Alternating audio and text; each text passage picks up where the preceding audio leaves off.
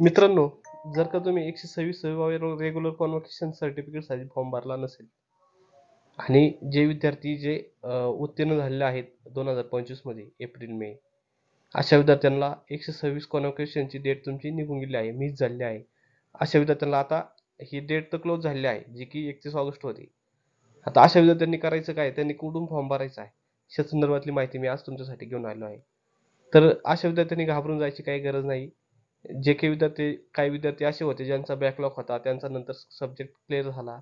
अशा विद्यार्थ्यांसाठी हे 126 रेग्युलर कॉन्व्होकेशनला तुम्ही आता अप्लाय करू शकत नाही.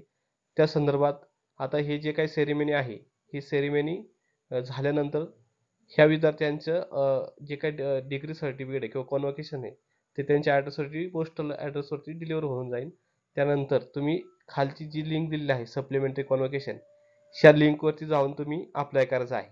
आता हे अप्लाय कसं करायचं आहे, ह्या संदर्भातले सगळा व्हिडिओ मी आपल्या चॅनलवरती टाकलेला आहे, तुम्ही तो पाहून घेऊ शकता. आता सद्यस्थितीला तुम्ही अप्लाय करायला गेलं तर हे तुम्हाला लिंक अवेलेबल होणार नाही, परंतु काही दिवसामध्येच तुम्हाला ही नेक्स्ट मंथमध्ये नक्कीच ही लिंक चालू होईल. धन्यवाद.